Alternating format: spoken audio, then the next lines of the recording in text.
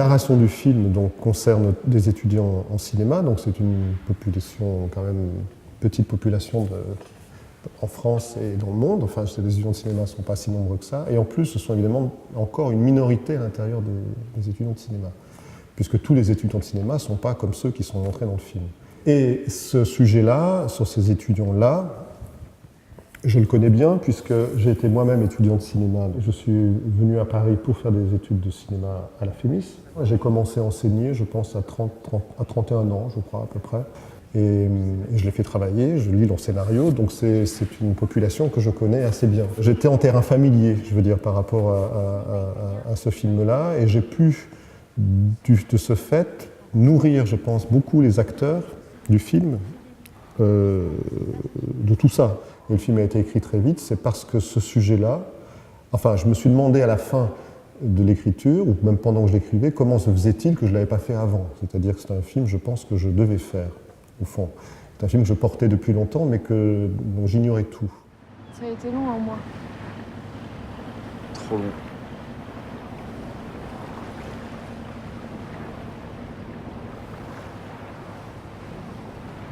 J'ai cru, quand j'écrivais le scénario, que j'écrivais une chronique de la vie estudiantine.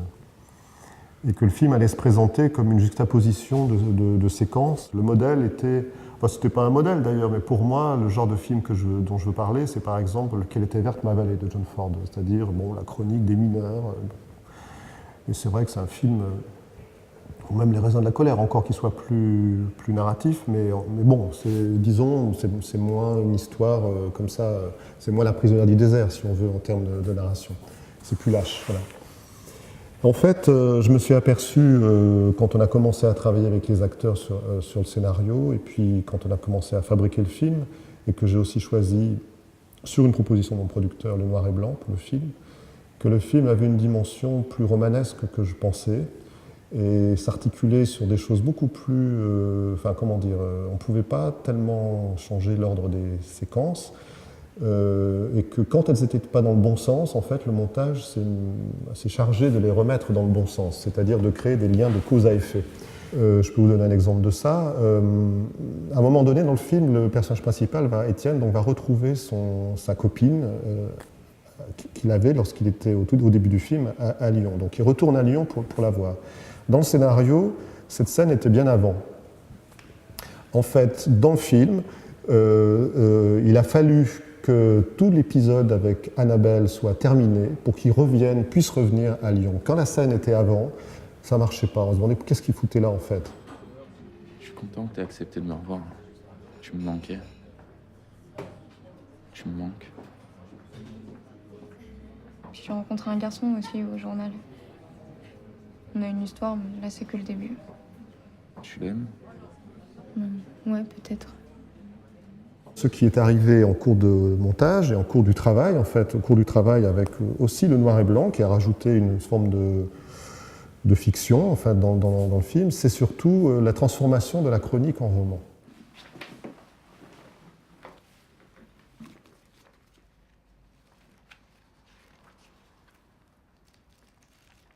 Chaque jour je vis de foi, de courage, et meurs chaque nuit au feu de l'extase. Le romantisme allemand, c'est une littérature qui m'a beaucoup nourri, et je dirais presque naturellement, elle est arrivée dans le film. C'est-à-dire que elle fait partie de mes années d'apprentissage à moi aussi, et je les ai données aussi, c'est des choses que je connais bien, donc pour moi c'est plus simple, au personnage du film.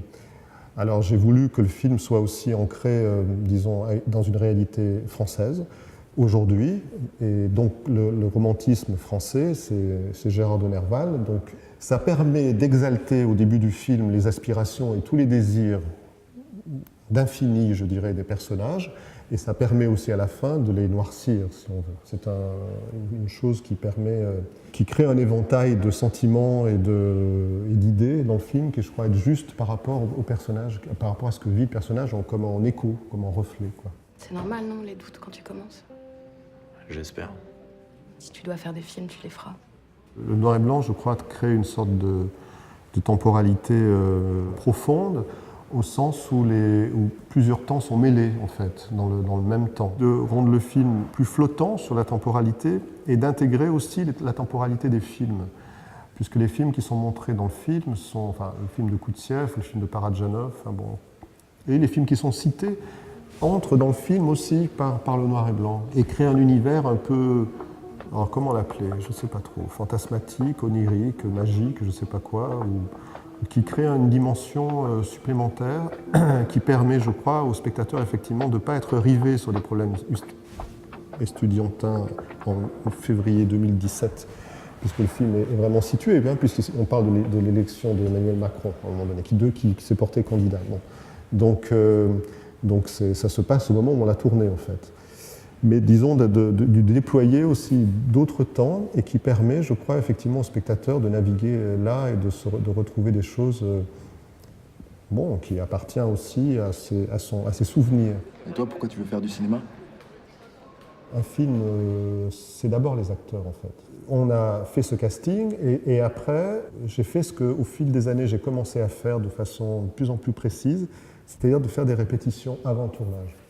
Alors, c'est assez simple, c'est-à-dire qu'une fois que j'ai choisi les acteurs, deux choses. D'une part, on parle beaucoup des personnages, de ce qu'ils sont, de ce qu'ils vivent, de comment ils évoluent dans le film, etc. Ensuite, on parle des séquences, de chacune des séquences du film. Et ensuite, on fait des improvisations et on répète ce qui est écrit. À ce moment-là du film, les dialogues ne sont pas encore fixés, c'est-à-dire que j'ai écrit des dialogues, mais avec les acteurs, je les remets en jeu en quelque sorte. Bon, quand j'ai écrit ce film, disons, Étienne, le personnage principal, c'était plutôt quelqu'un comme Jean-Louis Trintignant à 20 ans, voilà. C'est-à-dire plutôt intellectuel, plutôt frêle. Voilà. Et je me suis retrouvé avec un acteur qui paraît pas spécialement intellectuel, qui me dépasse d'une tête, qui est un peu comme ça, avec un corps un peu, je sais pas, un peu à la Depardieu, je sais pas comment dire, voilà. Et quand j'ai beaucoup aimé être surpris, parce que là, tout à coup, le personnage se déplace et devient vivant autrement que je l'imaginais. Pour moi, c'est toujours un peu une garantie que je sors de mon fantasme et que ça devient, et de ma convention et de mes stéréotypes, et que ça devient plus intéressant. Moi, tu vois, j'attends des films qui montrent la vie, celle qu'on vit vraiment. En fait, le vrai scandale, ce serait de voir toi, moi, tout ça, tout ce qu'il a, dans toute sa fraîcheur, tout son éclat, dans toute son horreur aussi. Un des sujets principaux du film, c'est ça. C'est-à-dire la fidélité à ses désirs premiers, qui fait que... pourquoi Étienne veut faire du cinéma, qu'est-ce qui fait que ce désir-là peut tenir jusqu'au bout. Alors le problème, en fait, ce n'est pas seulement les circonstances extérieures qui feraient qu'on lui propose d'écrire une série, par exemple, ou la télévision à la fin. Le problème, il est aussi intérieur, c'est-à-dire jusqu'où les principes ou le désir qu'on a, il opère de façon authentique et non pas de façon uniquement théorique. Le problème du personnage, il est là, c'est-à-dire est-ce qu'il ne se ment pas à lui-même sur ses propres désirs, sur ses propres ambitions, même avec Mathias, c'est-à-dire qu'ils ont l'autre personnage qui joue un peu qui sont un genre de surmoi moral, esthétique dans le film. On voit bien que tout ça peut être fragile et le film ne conclut pas d'ailleurs sur cette question-là. Il conclut pas du tout. Il montre juste la difficulté, je crois, de ce moment-là, cette épreuve-là. Voilà. Moi, franchement, je n'ai pas. Par exemple, bon, il y a un autre personnage dans le film qui s'appelle William et qui fait lui des films à succès, et ensuite le personnage de Jean-Noël, donc qui est l'ami des deux autres, va aller avec celui-là. Moi, je n'ai pas de jugement moral sur ce comportement-là. Je ne pense pas que le film le juge. Le spectateur peut penser ce qu'il veut de ça. Par contre, ce qu'il voit, c'est que le personnage principal fait l'épreuve, en quelque sorte, de sa propre réalité. Qu'est-ce qu'il est exactement? Où il est dans ce moment-là difficile, qui est l'apprentissage de la connaissance de soi-même. Alors les provinciales de Pascal parlent de ça, mais on parle de façon rigoriste, on va dire. C'est-à-dire ça c'est une chose, c'est le jansénisme, donc ça pardonne pas, je dirais, voilà. C'est, disons, bon, évidemment, le film concerne, disons, le cinéma d'auteur. C'est-à-dire, il ne s'agit pas d'étudiants qui veulent faire du cinéma industriel. du cinéma commercial, enfin appelons-le comme on veut, du cinéma de genre. Bon, peu importe, et d'ailleurs c'est très bien comme ça que ça existe, c'est pas du tout le problème. C'est juste que ces gens-là veulent faire du cinéma où ils témoignent d'une expérience vécue, en gros. Pas forcément du cinéma autobiographique, d'ailleurs. D'ailleurs, le film l'est partiellement. Hein. Le film, moi je l'ai écrit, anecdotiquement c'est autobiographique, mais c'est pas autobiographique jusqu'au bout du tout. Et donc, et témoigner de son expérience vécue en faisant des films, ça veut dire, d'une certaine façon, dire « je ».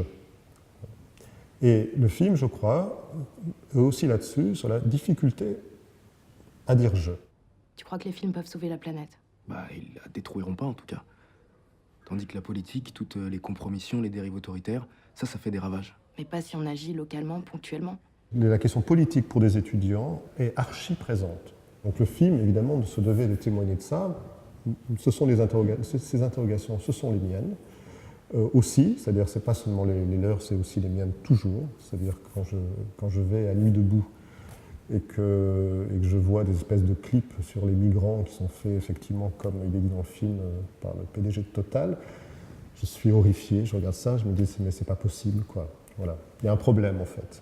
Il y a un problème évident pour moi, qui n'est pas évident pour tout le monde, et spécialement pour des militants, mais j'ai tenu dans le film à le soulever. Cela dit, j'ai fait ça en sorte de telle manière que le spectateur puisse naviguer et être d'accord avec les uns ou les autres. Je crois que les arguments sont sur la table. Alors ce que j'aime pas moi dans les films politiques, c'est les films qui me font la leçon, même si je suis d'accord avec d'ailleurs. Je n'aime pas comment dire, qu'on m'impose quelque chose en tant que spectateur. D'ailleurs, ni les sentiments d'ailleurs. Je préfère être libre d'y adhérer ou pas. Voilà. Et donc j'essaie de faire des films qui répondent un peu à cette comment dire, à ce geste-là, si je veux être ronflant, à cette éthique-là, on va dire, de cinéma.